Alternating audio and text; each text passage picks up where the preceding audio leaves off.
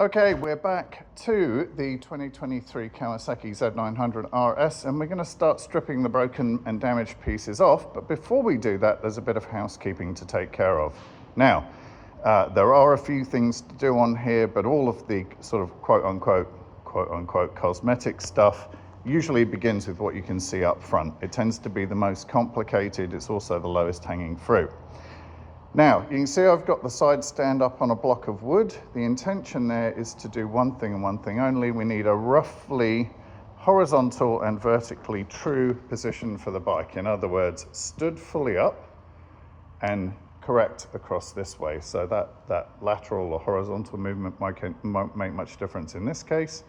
But getting it stood fully up means block of wood under here because there is no center stand. And then you'd normally just sit on the bike to bring it all the way up.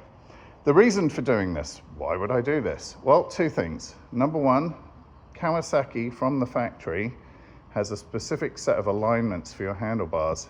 The easiest way to fix that and figure out what that's supposed to be is to take a measurement off the undamaged side of the handlebar. Remember, it's bent that side. This is the unbent side, and I need that measurement from the center. I've removed the end weight. You remove that, take it from the center hole right there, and drop a plumb line straight down to the floor. That will give you the factory height, or the rake, in other words, the tilt, how far back we're going here on undamaged handlebars. Two reasons for doing that. Number one, the riding position was designed by engineers at Kawasaki, people much smarter than me.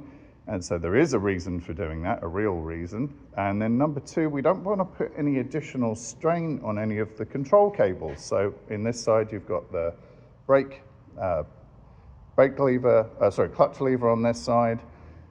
You've got the additional wiring in here. You've got the throttle and brake on this side. We don't want to put any additional strain on any of that. So we're going to follow that golden rule, and I'll take the plumb line measurement, drop it down to the floor so it's vertically perfect, plumb and true, and I've already done that measurement, and that is 1040 millimeters. So when I remove all of this stuff, the controls, the handlebars, all of this stuff, the brake master cylinder, throttle and everything else, and get to unbolt this, which is the clamp for the handlebars, I know that the replacement handlebars go on. Obviously we center that. So we're looking for exactly the same measurement left and right, and that becomes very obvious very quickly because there are little marks right here that show you when those are centered. So you can see there's just a smidge, about 3 mil on either side poking out there. But then more importantly, I have this vertical measurement so I know how far back to tilt the handlebars before I clamp it on. I'll nip these up and then I will find the torque setting for these bolts, and I will torque them to the correct Kawasaki torque setting. This is not an impact gun, this is a hand tool, do it properly. Your life depends on this bit being done correctly. It is just you, a torque wrench, and the correct size socket. Once you get this right, the rest of the build is simple. So what I'll do now is I will continue stripping this down. Again, I've already measured this, so 1040 millimeters from the center of the bolt hole for the bar end weight straight down to the floor. So I know when I put those back on, that's how far I tilt until I get to 1040, then I clamp it up.